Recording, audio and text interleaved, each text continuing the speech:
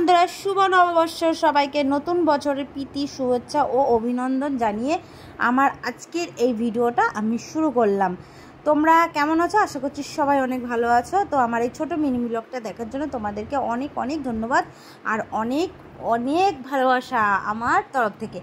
তো ফেসবুক থেকে দেখলে পেজটিকে অবশ্যই ফলো করে নিও, আর ইউটিউব থেকে দেখলে সাবস্ক্রাইব করে দিও প্লিজ প্লিজ। তোমাদের থেকে এইটুকুই আশা করি, আর একটা করে লাইক আর একটা করে কমেন্ট। তো যাই হোক, আজকে পয়লা বৈশাখের দিন সবার বাড়ি ভালো মন্দ খাওয়া দাওয়া হবে, আর কে কী খাচ্ছ সেটা অবশ্যই জানিও, জানাতে কিন্তু কেউ ভুলো না।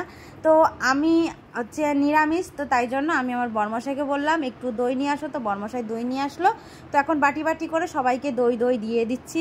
তো কেউ বলছে খাবো না, যেমন ঈশিতা দেখো দই খায় না, তবু এখন ভিডিও সরছে দইটা নিল, পরে কিন্তু আবার রিটার্ন করে দিয়েছিল। আর নবীন কিন্তু দইটা খেতে খুব ভালোবাসে, তার সঙ্গে আমার চিনিও কিন্তু দই খাচ্ছে, আর চিনির যে ছানাপোনা আছে তারাও কিন্তু দই খাচ্ছে। আর এই দেখো বরমশাইও দই খাচ্ছে, কত টেস্টি করে।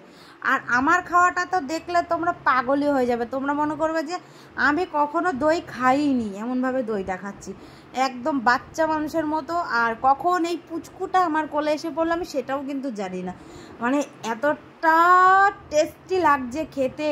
কেননা সেদ্ধ সেদ্ধ খেতে খেতে আর ভালো লাগছে না, তো দইটা মানে অমৃত খাচ্ছি এমন লাগছে। সঙ্গে দেখো আমার চিনিরাও খাচ্ছে। তো আমার এই ভিডিওটি কেমন লাগলো কিন্তু অবশ্যই জানিও। তো আজকের মতো টাটা।